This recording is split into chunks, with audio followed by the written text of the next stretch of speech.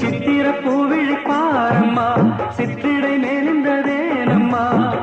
பத்து வீரல் அடைக்கத்தானம்மா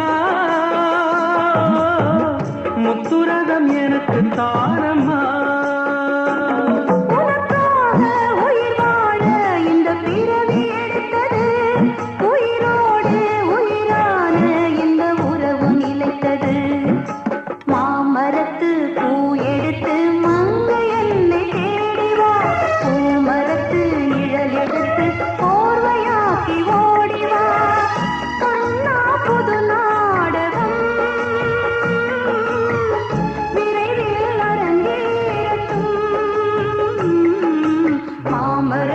பூ எடுத்து மஞ்சம் ஒன்று போடலாம் பூமரத்து நிழல் எடுத்து போர்வையாக்கி மூடலாம்